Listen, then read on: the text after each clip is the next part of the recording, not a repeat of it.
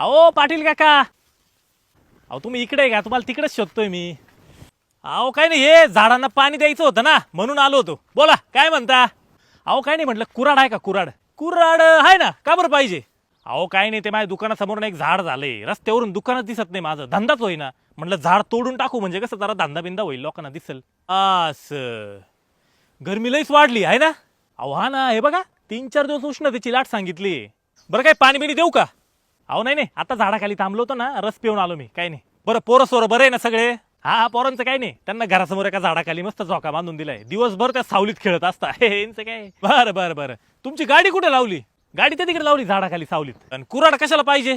ते झाड तोडायचंय ना. काय राव, अहो या झाडांवर तर अख्खं आयुष्य चाललंय आपलं. अहो ही झाडं तोडायची नसता, झाडं राखायची असता. तुम्ही आज झाडं राखली तर उद्या झाडं तुम्हाला राखतील. अहो पण ते दुकानात समोर आहे ना. अहो मग उलट त्या झाडाला खत पाणी घाला, त्याला वाढवा, म्हणजे त्याच्या सावलीत लोक थांबतील आणि तुमच्या दुकानाचा धंदा होईल. काय चालतंय, येतो काका. बरं दुकान कशाचं आहे तुमचं? अगरबत्तीचं.